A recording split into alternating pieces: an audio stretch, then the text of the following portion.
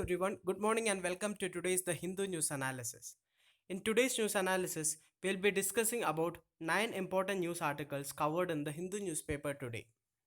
Coming to the first article, two Indian High Commission staff abducted and released by Pakistan. So, in another diplomatic tension between India and Pakistan, two Indian nationals employed as drivers in the Indian High Commission in Islamabad went missing for several hours on Monday in a suspected case of abduction by local security agencies. The two people were later released by authorities in Pakistan after India lodged a strong protest. The Pakistan's Ministry of Foreign Affairs claimed in a note that both the drivers were involved in traffic accident in the morning and were arrested. The initial police report had claimed that the duo were involved in fake currency circulation, though the issue remains unconfirmed by the Pakistan's Foreign Office. So there were visible injuries on the two, show that they were beaten up in the police custody. The tensions are rising between in the diplomatic side of India and Pakistan also. So the incident comes a fortnight after India expelled two employees of Pakistan High Commission in Delhi on espionage charges. So this happened around 15 days before. So since the expulsion, the Indian mission in Pakistan has witnessed persistent harassment of diplomats and non-diplomatic staff. The daily harassment had become serious, and India had sent a not verbal last Friday to ensure its officials are treated according to the Vienna Convention on Diplomatic Relations of 1961 and the Code of Conduct of 1992. This is part of the high tension diplomacy between the two countries. Despite the talks of treating diplomats according to international conventions, diplomats often run the risk of harassment. So here we have to read more about the Vienna Convention on Diplomatic Relations of 1961. This becomes important from the prelims perspective. The Vienna Convention on Diplomatic Relations of 1961, it is an international treaty that defines a framework for diplomatic relations between independent countries. It specifies the privileges of a diplomatic mission that enables diplomats to perform their function without fear of coercion or harassment by their host country. Uh, this gives some privileges and protection to the diplomats who are working in other countries so that they can do their work without any fear or coercion. So this forms the legal basis for diplomatic immunity. So the idea of diplomatic immunity to diplomats, it comes from this Vienna Convention on Diplomatic Relations 1961. So there are some provisions related to how a diplomat should be, what all immunities are available to him, and what are the procedures to take any action against any diplomat, etc. It has been ratified by almost all the countries. Around 192 countries have ratified it, and it is effective since 1964. So these are the main provisions related to the Vienna Convention on Diplomatic Relations 1961. Coming to the next news article, One Dhan Yojana helps tribals beat odds. This is related to the success story of a scheme. Here, the article is mentioning about a tribal community in Nagaland, and how this scheme of One Dhan Yojana has helped them to get more prices for their produce, and how it has increased their employment and per capita income. A few years ago, tribal communities in Langlang, one of Nagaland's poorest district, used to sell their unique hill broom grass for just rupees 7 a kg. So there is a type of grass which are being used for making brooms. You can see in the picture here. So what earlier used to happen is the tribals used to sell this grass, only the grass, not as the broom. So only the grass for rupees 7 a kg.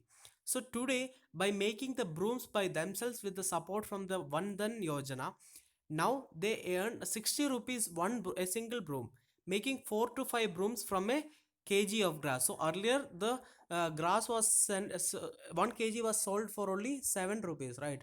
Now using 1 kg they are making 4 5 brooms, and each broom costing around 60 rupees. That means that using the same 1 kg, the people are earning around 300 rupees, like from 7 rupees to 300 rupees. So that is like a huge value addition, and value addition from the part of the tribals, right? So it will help the tribals earn more. So this was possible only due to the One Dhan Yojana. So broomgrass coming from the hills, it has a higher demand because of the sturdier and the finer quality it has. So what happened is the one under the Vandan Yojana, the Vandan Vikas Kendras were created, which enabled the tribals to start making the brooms by themselves instead of just selling the grass. This Vandan Vikas Kendras has taught the tribals to make the brooms by themselves so that they can earn more. So this Hill Broom project is one of the biggest success stories of Vandan Yojana, a nation launched nationwide on Independence Day 2019 to ensure that Vandan, or forest wealth, stays in the hands of forest dwellers by providing local platforms for processing, value addition, marketing, and sale of the minor forest produce. So this is the main objective of the Vandan Yojana, in order to ensure that the forest wealth, the benefits of the forest wealth are received by the tribals and the forest dwellers itself, right? So after the launch of it, around presently around 1205 tribal enterprises employing 3.6 lakh people through 18,000 self-help groups have been set up under the scheme. Also, about 3.5 crore worth of sales have been taken place through these platforms. And the products range from hill brooms, which I already discussed earlier, wild honey candles, ointment made of rock beeswax, bamboo bottles, aloe vera soaps, and it goes on. The whole list can be read here. Okay. Now, from the prelims perspective, we have to learn more about One Dhan Yojana, right? So, what is this One Dhan scheme? Vandan scheme, it is an initiative of the Ministry of Tribal Affairs. So this is very important because the ministries which are being which are the leading the schemes will be asked. So this scheme, it is an initiative of Ministry of Tribal Affairs and TriFed. There's an organization called TriFed. So the Vandan scheme is under the Ministry of Tribal Affairs and TriFed, and it seeks to improve the tribal incomes through value addition of tribal products. So what is this value addition which happened here? Instead of selling the grass at 7 rupees a kg, now 5 brooms are being made from the same grass and they are earning around 300 per kg. So this is the value addition which happened in the case of this broom, hill broom, as of now, right? So the scheme will be implemented through Ministry of Tribal Affairs as nodal department at the central level, and TriFed as the nodal agency at the national level. So we are mainly focuses on minor forest produce and tribal livelihoods through value addition. We already discussed here. So that is all we have to learn from the prelims perspective. Also this example can be used for, in the mains answer writing also. For example, under GS2 there is a topic related to vulnerable sections of the society and the policies which the government has taken to alleviate their distress. So under that we can definitely mention about this One Dhan Yojana, which has helped to earn the tribals their livelihood. Coming to the next news article, pipeline tariff policy coming to raise share of gas in energy basket. So here this is related to the energy basket. We all know that the energy basket of the world presently consists mainly of fossil fuels, coal, petroleum, etc. But the issues with them is that they are mostly polluting, right? Coal is polluting and all, right? So so now we are going to trying to find alternatives. The main alternative is renewables as of now. Apart from that, natural gas is also found to be a environment friendly alternative. So in a bid to raise the energy share of the natural gas in the energy basket, India will soon have a new tariff policy that will help bring down the cost of transporting the environment friendly fuel. So a new policy will be happening. It's called a new pipeline tariff policy. So this is the new tariff policy which is going to come. Also, oil regulator PNGRB, Petroleum and Natural Gas Regulatory Board. So this is the regulatory board for petroleum and natural gas. It is working on a new regime for authorization of gas pipelines that will make it more investor friendly also. So for this, for transportation of the gas, we all know that pipelines are needed, right? Gas is transformed from one area to other through pipelines which are mostly underground. Okay, so the new pipeline tariff policy that will replace the existing practice of seven different pipeline operators charging separate rates, and customers farther from a gas source paying more than those nearer. So the present issue with the gas tariffs is that there are seven different pipeline operators and they are charging seven different rates. They are operating in the country. So instead of seven different rates, this new pipeline tariff policy aims to bring in a single rate, single tariff throughout the country. Okay, that is one thing. Also, presently there is a situation where the customers who are far away from a gas source, they have to pay more than the customers who are near the gas source. So if we are able to bring a uniform gas price throughout the country, then this situation will also change.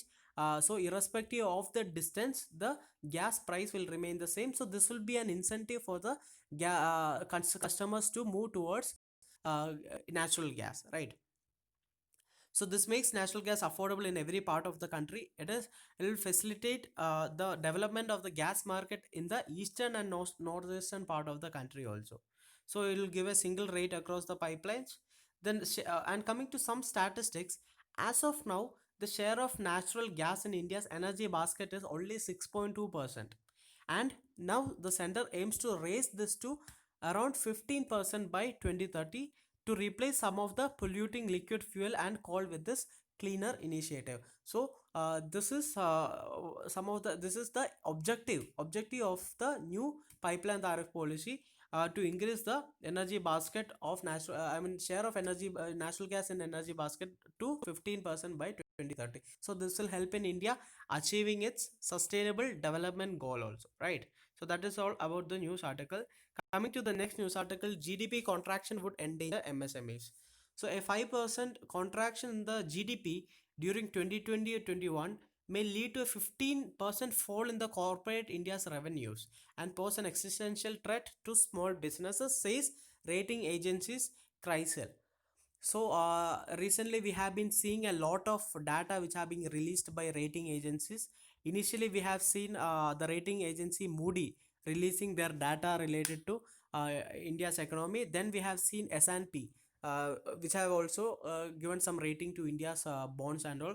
Now it's about CRISIL. CRISIL is another rating agency which has said a data that 5% contraction in GDP will affect 15% the revenues of the corporate sector.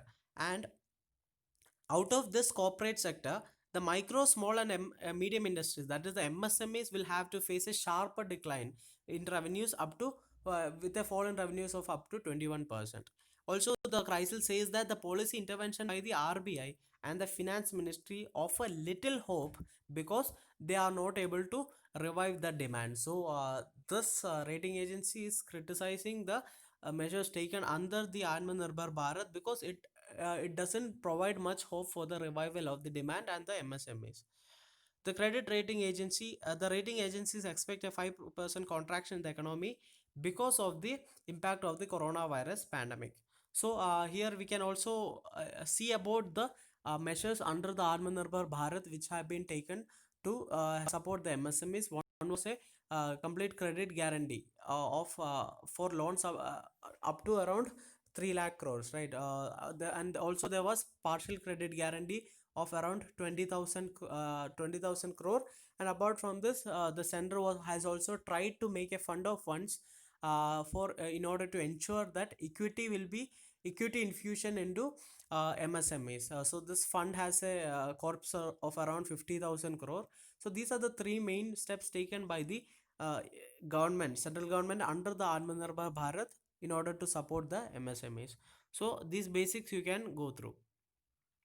Coming to the next news article, exports fall 36% in May, trade deficit narrows. So, as we all know, the countries have mostly gone to a protectionist regime as of now due to the COVID-19 pandemic, and because of this, the trade between countries have been reduced in order to ensure that the disease does not spread between countries, right? So, the trade between countries have reduced. So, because of that, India's exports have fell by around 36.47% in the month of May to around $19.05 billion. Okay, also Also, along with the exports, the imports too plunged by 51% to around 22.2 billion dollars. So from this data, you will be getting one macroeconomic concept. So 22 point billion is the imports and 19.05 billion is the exports, right? If we subtract this, 22.2 minus 19.05 billion, we'll be getting around 3.15 billion dollars, and that is called the trade deficit. So the difference in value between the exports and the imports. So exports minus imports, the value of exports minus the value of imports will give you the trade deficit, right? So in this case it is 3.15 billion dollars. So coming to specific facts, the oil imports stood at 3.49 billion dollars in May, which is 71.9% lower compared to the last year. So we all know that the lockdown has reduced the transportation, and thus the demand for the transportation fuel, that is the oil imports, right? So so it has contracted by around 71.98%. Also the gold imports have dipped uh, around 98.4% to 76.31 million in the same month. So this data you don't have to by heart it, you just have to know that the oil and the gold prices have declined, so that has contributed to the reduction in the imports, because when we see the import share of various commodities, petroleum and gold are having a huge share in India's import commodities, right? So that is one of the reasons why the imports plunged by 51%. Coming to the next news article, Nepal move on altering map is unilateral. Talks difficult now. So Nepal's Prime Minister KP Sharma Oli's move to bring.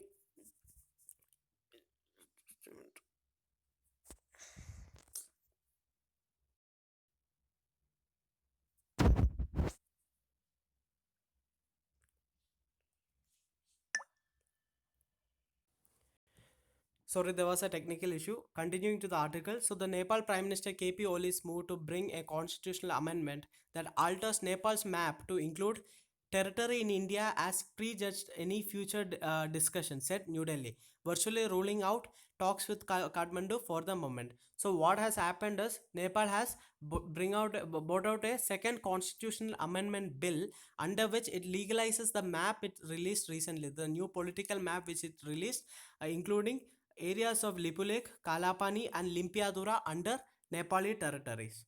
So the lower house has already passed it, and it is expected to be passed and expected to go through the upper house this week. So the issue was that last November, last after the abolition of Article 370, Jammu and Kashmir, the map was released. The new political map was released, and Nepal had objected to this, telling that India shows the disputed territory under the Indian map, right? So because of that, Nepal has also started the aggression, and it released a new political map adding these three areas: Lipulekh, Kalapani, and Limpiadura under Nepali territory. So here, from the mains perspective, you have to go through the history of the issue between of this Kalapani dispute. So it starts with the Treaty of Sigoli in 1816, where after the Anglo-Nepali War, there was a Treaty of Sigoli. After that, the territories east to the Kali River was said to be under Nepal, and the territory west to Kali River was said to be India's territory, right? But what is the issue now is the origin of the Kali River. We all know that rivers usually have tributaries. So the origin of the tributaries is making the confusion here. So this historical background you will be reading. We have already discussed many times in the previous videos. I think you can go through the previous video. So read the historical aspect through internet. Now coming to the next news article, India China nuclear arsenals grow. So India and China increased the nuclear warheads in the last 1 year, according to the latest report by Swedish think tank Stockholm International Peace Research Institute, that is SEPRI. So this is a worrying trend which is happening in the world, because a Cold War like situation is happening. One of the major features of the Cold War was the pile up of the weapons, nuclear and other sort of weapons by the nations, right? So the report said that the Chinese nuclear arsenal had grown up from 290 warheads in 2019 to 320 in 2020, while India's went up from 130 to 140 in 2019 to 150 in 2020. So here you can see that India's warheads are very much less compared, around half compared to China's. Even Pakistan's arsenal was estimated to be between 160 150 to 160 in 2019, and it has reached 160 in 2020. So both China and Pakistan continued to have larger nuclear arsenals than India, right? Also, coming to other nuclear states, nuclear armed states, there are a total of nine nuclear armed states: the US, Russia, the United Kingdom, France, China, India, Pakistan, Israel, and North Korea. So these are the nuclear armed states. And if you consider the total number from 2019, the whole world had around 13,865 nuclear weapons, and in 2020 it has reduced to 13,400. So this decrease is over the last decrease was due to the dismantlement of the old nuclear weapons by Russia and the US, which together Russia and US together possess 90% of the global nuclear weapons, right? So the US and Russia also, between the US and Russia there were various agreements, various treaties which were signed to reduce the stockpile of the nuclear weapons. So the US and the Russia have reduced their nuclear arsenals under the 2010 New Strategic Arms Reduction Treaty, that is also called as New START Treaty. But the issue is that the treaty will lapse in February 2021, and US has told that it doesn't plan to renegotiate the treaty unless China is also coming under a part of any of the nuclear regime, because as of now China is not a part of this nuclear treaty. It is between US and Russia only. Also, there were other issue between US and Russia when the intermediate range and short range missiles treaty, that is INF treaty, in 2019, it was also, the US has also withdrawn from that treaty, right? So it suggests that an era of bilateral nuclear arms control agreements between Russia and the US might be coming to an end. So if this nuclear treaties come to an end, then definitely a arms race will happen, and the nuclear pileup will happen between the countries, right? So this is a cause of big concern, especially when the world is facing a chance of a Cold War 2.0. Russia and the US have already announced the extensive plan to replace and modernize the nuclear warheads and delivery systems, right? So this is a major cause of concern, especially when the world is facing Cold War, right? Coming to the next news article, the main news article related to international relations: remaining non-aligned is a good advice. So this news article discusses in detail about whether what should be India's foreign policy, whether it should align more towards the US, or whether it should align more towards China, whether or it should remain non-aligned. So this is a very good news article related to the foreign policy of India. So we have already seen that there was conflict along the line of actual control in the Ladakh and the Sikkim sectors, and the area which were facing the conflicts are Pangong So Lake, the Galwan Valley, the Hot Springs or Gogra area, and the Nakula in Sikkim sector, right? So there has been a lot of talks which are happening between India and China, and a agreement for a partial disengagement has been taken place, right? So when we see this, we have to see why China is doing such things, like to merely affirm that India's decision to strengthen the border infrastructure, that is, there was a DBO road, Daulat Beg Oldi road, and it might have triggered China. It is very much simplistic. So just by construction of a road, China won't be provoked. There are bigger reasons.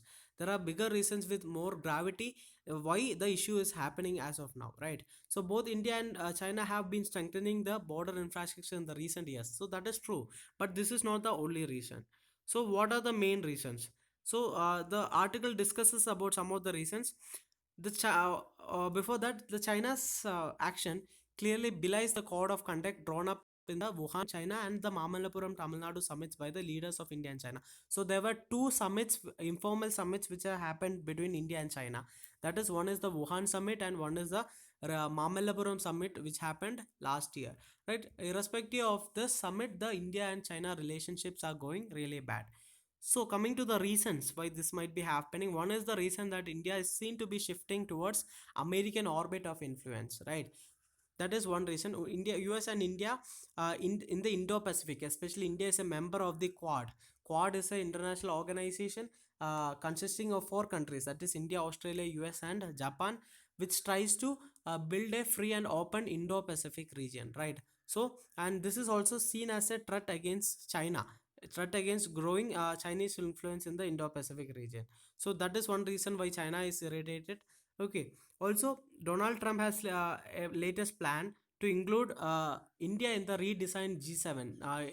US was planning to expand the G7 to G11 by including four more countries: India, India, India, South Korea, Russia, and Australia, right? So these are the four countries which Donald Trump is planning to include in the expanded G11.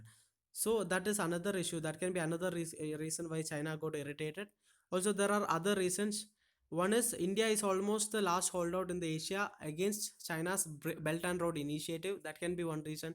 Also, India claims Baltistan as its part, right? It is a part of Jammu and Kashmir. Rest was Jammu and Kashmir. So, but China's CPEC, China-Pakistan Economic Corridor, passes through Gilgit-Baltistan. So, when India asserts its aggression, asserts its rights over Gilgit-Baltistan, it threatens China's CPEC, which is a part of BRI. That can be another reason. Also, more recently, India was one of the earliest countries to put curbs and restrictions on Chinese foreign direct investment. In the wake of the COVID-19 pandemic, we have found that Chinese companies are trying to utilize the situation and buy up stakes and equities in the Indian companies. So, in order to control that, India has put restrictions on the foreign direct investment uh, of all the countries which shares a land border with India. This was primarily targeted at China. So this also might have irritated China. Also, there is an anti-China propaganda which is rising within India, which says to boycott the Chinese products, right? So these are some of the reasons why China has become more irritated. So so those are the external reasons. So apart from that, there can be some internal reasons also. China's internal dynamics is also not that good. There are growing internal pressures within China, in part due to the COVID-19 pandemic and in part due to other factors. There are reports of growing opposition within the party itself, uh, and again some of the policies including the BRI. Also, the health crisis has been there. The Chinese economy is also slowing down as of now, and there is a rising anti-China sentiment in the world. So these are the reasons. These are the reasons why the internal issue. There are growing internal pressures inside China and growing opposition against the ruling party inside the China. Within the ruling party itself, there are oppositions growing against the leadership and Xi Jinping, right? So these are some of the reasons why China is trying to distract by creating issues across the LAC. So history and the present. There are dangerous times more for these are the dangerous times more for countries in the China's vicinity and especially India. India is being increasingly projected as an alternative model of China and being co-opted into a wider anti-China alliance which China clearly perceives as a provocation. So we cannot ignore or forget the circumstances that led to the unfortunate India-China War of 1962. So these were kind of the same situations which happened before the India-China war happened in 1962. At that time, China was facing isolation from Russia, increasing isolation globally with even Soviet leaders like Nikita Khrushchev trading bombs. Also, so Mao chose to strike at India rather than confront with the Russia or the West. So this history should not be forgotten by India, right? So India should ensure. So what can be the way forward? A single misstep could lead to a wider conflagration, which both sides must avoid. So, India has consistently followed a different policy in the past, that is the non alignment policy, right? So, it is advisable that it remains truly non aligned and not become a part of any coalition that would not be in India's long term interests. So, the article is telling that it is better to remain non aligned and preserve the strategic autonomy so that India neither aligns too much with US also, neither aligns too much with China also. India has to preserve its strategic autonomy and non-aligned policy. That is what this article talks about. Coming to the next news article, the editorial of the day, building trust. So it's about the increasing issues between India and Pakistan as of now. So the shelling and the retaliation along the line of control with Pakistan are a matter of consternation because it has been allowed to go on for so long and as to become an everyday occurrence. So as of May, the Pir Panjal range, which fronts the Kashmir Valley, has seen mortar and small arms firing. So this has been a worrying trend as when the shells reach deeper, they fall in the residential areas, killing even the civilians. For example, on Saturday, in a shelling in Uri, a civilian named Akhtar Begum was killed. Right. This additional disruption to life in the aftermath of the resolution of Article 370 last August and the COVID lockdown is something that should be addressed with urgency. The ceasefire with Pakistan along the line of control is obviously not working, and the government needs to build bomb shelters for civilians until the normalcy returns. So unfortunately, aspects of relationship with Pakistan is in other spheres are in poor repair as well. So we have seen in the first article where the Indian workers in the Indian diplomacy, Indian mission in Pakistan has been detained, right? So the two personnel from Indian mission in Islamabad going suddenly missing for a while points to the further breakdown in the relations. Whether or not it is a tit for tat reaction for India having expelled two Pakistan High Commission officials, India must take steps to ensure its diplomatic personnel are spared from such harassment.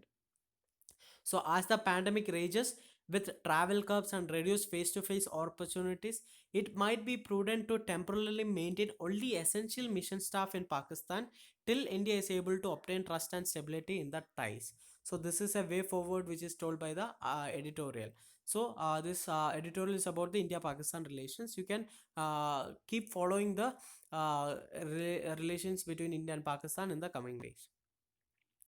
Coming to the other articles of the day, first article, 12-day complete lockdown in Chennai as the cases spike. So because the cases are spiking in India, in Chennai, the Chennai it has been decided to the announce a complete lockdown, complete 12-day lockdown in Chennai and parts adjacent to Chennai where the cases are spiking.